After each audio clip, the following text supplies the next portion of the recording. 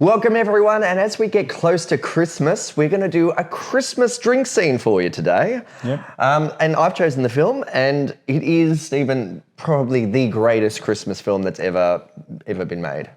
Greatest? Yes. So... It is the Muppet Christmas Carol. The Muppet Christmas Carol is a 1992 film directed by Brian Henson, son of Muppets creator Jim Henson, featuring his Muppets. It also stars Steve Whitmire in his first debut as Kermit after the passing of Jim, and Michael Caine in an absolutely fantastic performance. The plot follows Caine as Scrooge being visited by three ghosts, the spirit of Christmas past, present and future, to give him a warning that if he doesn't change his ways, he's doomed to be chained in the afterlife. It's both uplifting and heartwarming and features some fantastic songs as well. So...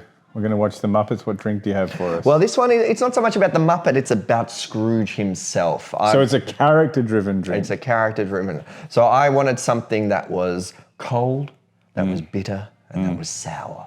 Okay. So it's basically a glorified gin and tonic, but it's an Ebenezer squeezer. So for the drink, I wanted to do something in the spirit of Ebenezer Scrooge. So I decided to do a take on a classic gin and tonic. I started with a locally distilled gin from a company called Puss and Mew. And to that, I just added a little splash of tonic water and a lot of lemon juice and bitters. So I wanted it to taste like something nice, but just with a little bit more uncomfortability. And I also wanted it to be super cold, so I froze the gin and cooled the tonic before pouring the drink. Here we go. Cold, sour, and bitter. Cold. And stingy. That was the other thing I wanted to say. You don't get a lot with this. Yeah, a bit jibbed. Yeah, that's right. It is quite bitter, but no, it's not unpleasant. Unpleasant. No, it's... okay, it is making my eyes water. You know, it tastes like the lolly fruit tingles, but without sugar. Yeah. And with a lot more acid. Yeah. So it's like drinking acid. It's a tight-fisted hand to the grindstone drink. But it's a sipper. You couldn't... if you gulp that, you'd cough a lot. That's right. So this is, as you can see, you've got Michael Caine. Michael Caine as Scrooge. Bob Cratchit. Yes, Mr. Scrooge? Who is this? It's Mr. Applegate, sir. And Kermit, of He's here to course, speak to is you about his Bob Cratchit. mortgage. Please, Mr. Scrooge, I know you're very angry. And this is obviously pre-Epiphany Epiphany Scrooge. Yeah, I love the how the camera's down really low on all the Muppets and they're kind of in this little grovelling world. And then when he comes in, he just looks gigantic. Well, one of the cool things that he did, and the Muppets had been around then for decades. This is about 90s. Michael Caine said he will take the role, but he's not going to do it like a Muppet. So he's treating every puppet as another human actor. And while everything else around him is kind of going crazy sometimes, he's played it deadly straight the entire time. But it works. It works really well. Absolutely. So I didn't introduce, we're actually going to see a couple of scenes set in Scrooge's office. And what I love about it is you've picked it up almost immediately. The framing of the camera work between Scrooge and some of the other characters, and also just the dedication of Michael Caine.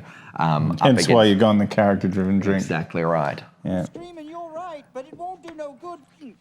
And having the Muppets allows this kind of heightened thing. Like, Yeah. he's playing it completely straight while picking up a character and by the scruff of the neck, Yeah. throwing them out the door. It makes him like a giant. Absolutely. And even here, giving him, very well, you may gift wrap them. That's a lovely line about the eviction notices. And so everything's a little bit heightened. It's a huge pile that they can't lift themselves. So he's this dead serious guy in a cartoonish world, even though it's not a cartoon. But And you can have that humour, but have it be very grounded. And look at this big desk here. yeah, you can see that desk is ridiculous. Like almost the camera's been, they dug a hole to put the camera in. Yeah. Now Yeah, this that's look that great. he's about to give. Harvest time for the moneylender. Look at that. The gold tooth.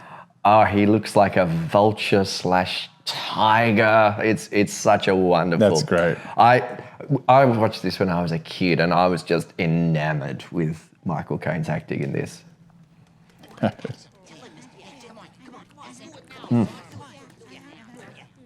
Well, in a way, I know this sounds odd, but when someone's acting so well against a Muppet, in a weird way, the Muppets become more serious. Like you feel Absolutely, for them more. you give it legitimacy. Yeah. And it's not really a Keepers by the like way. to be suddenly. Good God. And you can have the comedy in there as well. But it's not necessarily that out of the blue, because nowadays most actors will act to tennis balls in front of green screens. Yeah, yeah. So I mean, it's not like Michael Caine was doing anything revolutionary. He was just doing it so well. Yeah, a lot of people can't act to tennis balls very well. No imagination for tennis balls. Yeah. So now we've got another human character coming in to show the contrast between a jolly Christmas lover. I forgot a Oh God, modesty it's Christmas too, no less. Yeah, I know. Got to have some modesty over Christmas. Stuck it in here. Turkey and cheesecake and everything. That's not a good combo. Now, also what was interesting about this Yeah. was, while it was a Muppet take, it was so dedicated to the source as well. Like, Yeah. they didn't have to change all that much of the original story. I'm going to confess, I've never seen it. This is truly And- one of the greatest Christmas films. And I'm kind of convinced. And one of the best Muppet films as well, actually. Like, I'm a big Muppet fan. Obviously. The original kind of series of the Muppet movies were pretty good, and then they started to get a bit weird. But this was one of the last really great ones. Were the Muppets in their prime at the time? Not really. This was after the death of Jim Henson, and God bless it. I think his son took over directing. His son did take over the company, yeah. I like the way all the feathers are... It's wonderful because the Muppets were always kind of vaudeville, so they had that kind of theatrical element to them, and you can see that a lot with Mr. Scrooge. the kind of chorus of rats that work there, and Who are you? We're from the it's quite well filmed. We'd like to speak. Yeah, I think that's the other thing. Like, I'm looking at the lighting, and the lighting's fantastic on a Muppet. Yeah, You know what I mean? That's odd in itself. my dear nephew. I must confess, I You know all the know a lines, lot don't you? about this movie. Poor and homeless. Look at him feign ignorance. Oh, plenty of those, sir. Oh, that's all right. There were poorhouses. They can go there. Some of us are endeavoring to raise a fund. I like even watching I'm used to Beaker being in the Look lab at that. coat. Look at that little Yeah. thing. That little. But it's in their costumes. Yeah, they're great. Like that's even ridiculous in itself. Part of the wonderful thing about some of these Muppet movies, especially ones based on known stories, is which character to allocate to which. Yeah. There was a couple of years back, the Muppets did a recording of Hamilton, Thank you so and Oh. there was as much fun Seeing saying- who would play what. Exactly. Yeah. Yeah. Well, who's Miss Piggy in this? Bob Cratchit's wife. Right. So she doesn't have a huge role in this, to be fair. Right. That's the only thing in the world sillier than a Merry Christmas. It's no use, Uncle. I shall keep This my was him Christmas humor. disparaging love, which is very apt considering the Ghost of Christmas Past. Anyway. Humbug. He says it actually well. Like it was like a scoff rather than a. Oh, sorry. It's so theatrical at this point. Like, Sir, about the, Can hear look Chewie at somewhere. that, raising slowly, like a scorpion ready to strike. Yeah. I know how to treat the poor. It gives him so much power to be so much taller than everyone. Yeah. but some would rather It's like having Andre the Giant Then they better do if he could act in a it. scene. Surplus Act? Sorry, He could I'm- act? Yeah. Jeez. Big fan of Andre. Wow, Princess Bride. Yeah, innit? yeah. And that's all you got. That's all I got.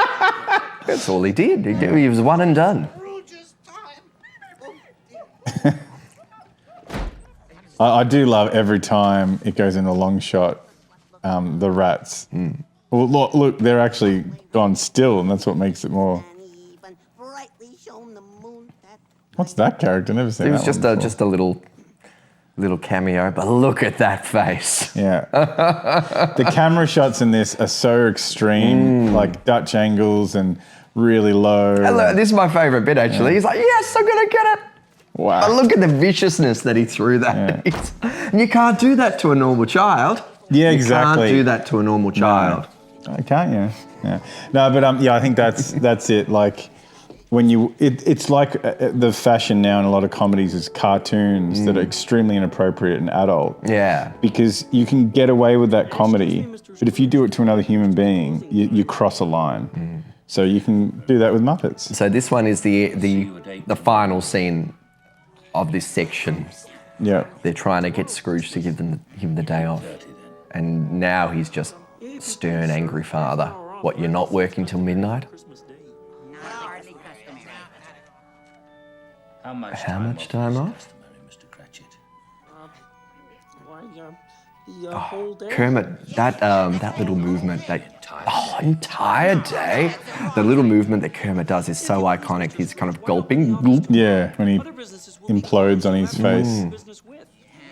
Because a human couldn't implode on their face Definitely, very well. no. No, only Kermit can do that. Yeah. It's a poor excuse. Poor excuse. Look at his. 25th. He was do know all the chilling. lines. He was chilling. But as I seem to be the only person around who knows that. Yeah. Like when you see a shot on him, it just looks like with the film grain and that, like all the classic period pieces, and then it cuts to these Cuts to Muppets. the Muppets, yeah. Yeah.